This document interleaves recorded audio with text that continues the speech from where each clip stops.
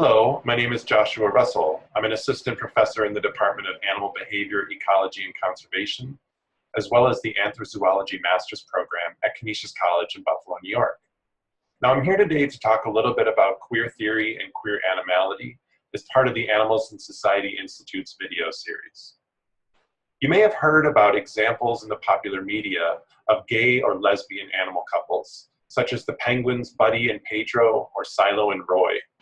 Or maybe you've heard recent reports about gay lions living in Kenya. And if you watch wildlife documentaries, perhaps you're familiar with bisexual behavior that is common in bonobo society. But this is just one way of thinking about queer animality.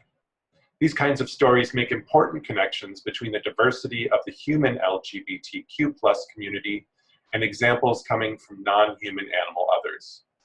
There are many wonderful collections from animal behavior and ethology, such as Joan Roughgarden's Evolution's Rainbow or Bruce Bagameel's Biological Exuberance, that detail same-sex relationships and behaviors in mammals, birds, reptiles, fish, and even invertebrates, as well as reports on diversity related to sex characteristics, such as the ability of some types of fish or amphibians to physically switch sexes, or examples of individual organisms such as birds performing behaviors that do not match those of their biological sex.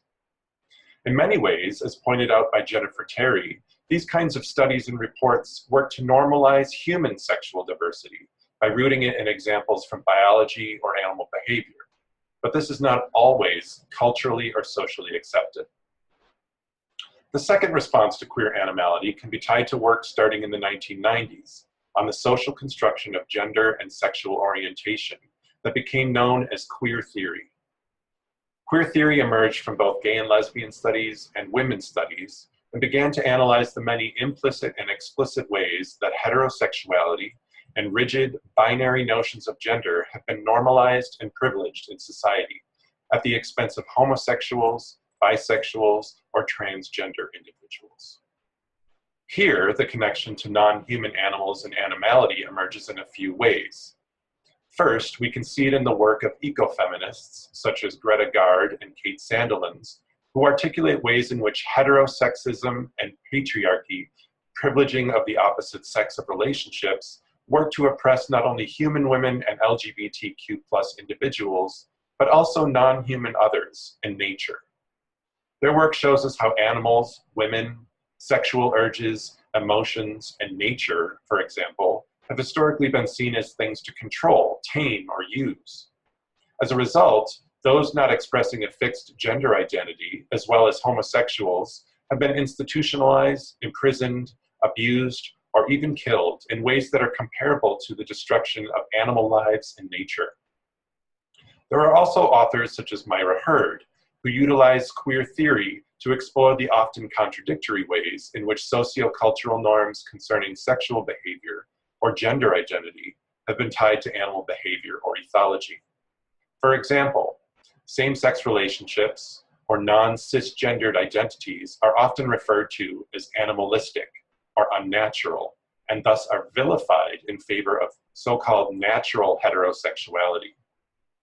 This area of queer animal studies also might look at cultural production in the form of literature, film, wildlife documentaries, or animation that uses animals as symbols to uphold social stereotypes of gender or compulsive heterosexuality. Finally, this realm of queer animality is where we may find explorations of intersectionality, specifically in those instances where queer theory is applied to intersections of race, gender, class, disability, or ethnicity. The third response to queer animality comes from myriad approaches in new materialism and science and technology studies. This branch of queer animality emphasizes the inherent queerness of all matter and relationships, even down to the level of particle physics, DNA, and quantum particles, as seen in the work of Karen Barad. This would include humans and other animals, but also plant life, fungi, bacteria, viruses, and even non-living objects like lightning as being queer. This emphasis on the material relationships between objects emphasizes how all things tend to act in unexpected or unpredictable ways. Here, queer animality refers to the ways in which living things often engage in what Mel Chen calls improper affiliations. This kind of queer animal scholarship can be found in post-humanist work as well, such as in the work of Donna Haraway. One important critique of this queer materialist scholarship comes from Indigenous scholars, who point out that this way of thinking about reality is not new, but rather an important part of Indigenous and non-Western belief systems around the world. So I'd like to conclude here by acknowledging that these approaches to queer theory and animal studies each overlap each other. And clearly, thinking about and studying queer animality means more than just seeking out evidence of LGBTQ+ behaviors or identities across the animal kingdom. It can mean a lot of different directions for inquiry and investigation, demonstrating the vibrance and diversity of both human and non-human animal bodies and lives, and illuminating the ways in which human and animal bodies and relationships evolve and create new possibilities for life, as well as the ways in which they are violated, controlled, or exterminated. So thank you for paying attention, and thank you to the Animals in Society Institute for inviting me to be a part of this series. Have a good day.